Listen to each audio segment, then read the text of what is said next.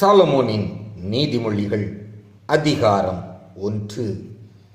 தாவீதின் குமாரனும் இஸ்ரவேலின் ராஜாவுமாகிய சாலமோனின் நீதிமொழிகள். இவைகளால் ஞானத்தையும் போதகத்தையும் அறிந்து புத்திமதிகளை உணர்ந்து விவேகம், நீதி, நியாயம், நிதானம் என்பவைகளை பற்றிய உபதேசத்தை அடையலாம். இவைகள் பேதைகளுக்கு வினாவையும் வாலிபருக்கு அறிவையும் விவேகத்தையும் கொடுக்கும். புத்திமான் இவைகளை கேட்டு அறிவில் தேறுவான்.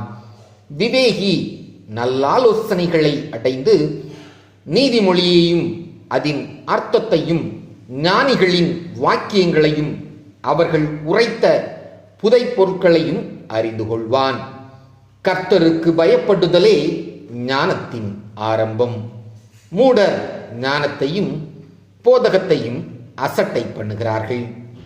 என் மகனே, உன் தகப்பன் புத்தியை கேள், உன் தாயின் போதகத்தை தள்ளாதே. அவைகள் உன் சிரசுக்கு அலங்காரமான முடியும், உன் கழுத்துக்கு சரப்பணியுமாயிருக்கும். என் மகனே, பாவிகள் உனக்கு நயங்காட்டினாலும் நீ சம்மதியாதே. எங்களோடே வா, இரத்தம் சிந்தும்படி நாம் பதிவிருந்து குற்றமற்றிருக்கிறவர்களை முகாந்தரமின்றி பிடிக்கும்படி ஒளிந்திருப்போம். பாதாளம் விழுங்குவது போல் நாம் அவர்களை உயிரோடே விழுங்குவோம். குழியில் இறங்குகிறவர்கள் விழுங்கப்படுவது போல் அவர்களை முழுமையும் விழுங்குவோம். விலையுயர்ந்த சகலவித பொருட்களையும் கண்டடைவோம். கொள்ளை பொருளினால் நம்முடைய வீடுகளை நிரப்புவோம். எங்களோடே பங்காளியாயிரு, நம்மெல்லாருக்கும் ஒரே பை இருக்கும் என்று அவர்கள் சொல்வார்களாயில், என் மகனே, நீ அவர்களோடே வழிநடவாமல் உன் காலை அவர்கள் பாதைக்கு விலக்குவாயாக. அவர்கள் கால்கள் தீங்கு செய்ய ஓடி இரத்தம் சிந்த தீவிரிக்கிறது. எவ்வகையான பட்சியானாலும் சரி, அதன் கண்களுக்கு முன்பாக வலையை விரிப்பது விருதா. இவர்களோ தங்கள் இரத்தத்திற்கே பதிவிருக்கிறார்கள், தங்கள் பிராணனுக்கே ஒளி வைத்திருக்கிறார்கள். பொருளாசையுள்ள எல்லாருடைய வழியும் இதுவே, இது தன்னை உடையவர்களின் உயிரை வாங்கும். ஞானமானது வெளியே நின்று கூப்பிடுகிறது, வீதிகளில் சத்தமிடுகிறது.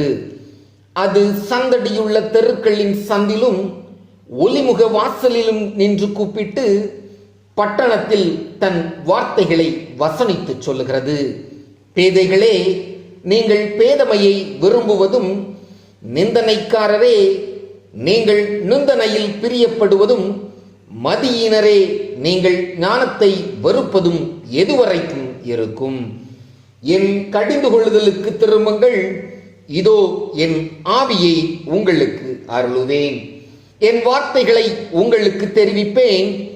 நான் கூப்பிட்டும் நீங்கள் கேட்க மாட்டோம் என்கிறீர்கள். நான் என் கையை நீட்டியும் கவனிக்கிறவன் ஒருவனும் இல்லை. என் ஆலோசனையை எல்லாம் நீங்கள் தள்ளி என் கடிந்து கொள்ளுதலை வெறுத்தீர்கள். ஆகையால் நானும் உங்கள் ஆபத்து காலத்தில் நகைத்து, நீங்கள் பயப்படும் காரியம் வரும்போது ஆகாடியம் பண்ணுவேன். நீங்கள் பயப்படும் காரியம் புசல் போல் வரும் போதும், ஆபத்து சூறாவளி போல் உங்களுக்கு நேரிடும் போதும், நெருக்கமும் இடுக்கணும் உங்கள் மேல் வரும்போதும் ஆகாடியம் பண்ணுவேன். அப்பொழுது அவர்கள் என்னை நோக்கி கூப்பிடுவார்கள், நான் மறு உத்தரவு கொடுக்க மாட்டேன். அவர்கள் அதிகாலையிலே என்னை தேடுவார்கள், என்னை காண மாட்டார்கள். அவர்கள் அறிவை வெறுத்தார்கள், கர்த்தருக்கு பயப்படுதலை தெரிந்து கொள்ளாமற் போனார்கள். என் ஆலோசனையை அவர்கள் விரும்பவில்லை, என் கடிந்து கொள்ளுதலை எல்லாம் அசட்டை பண்ணினார்கள்.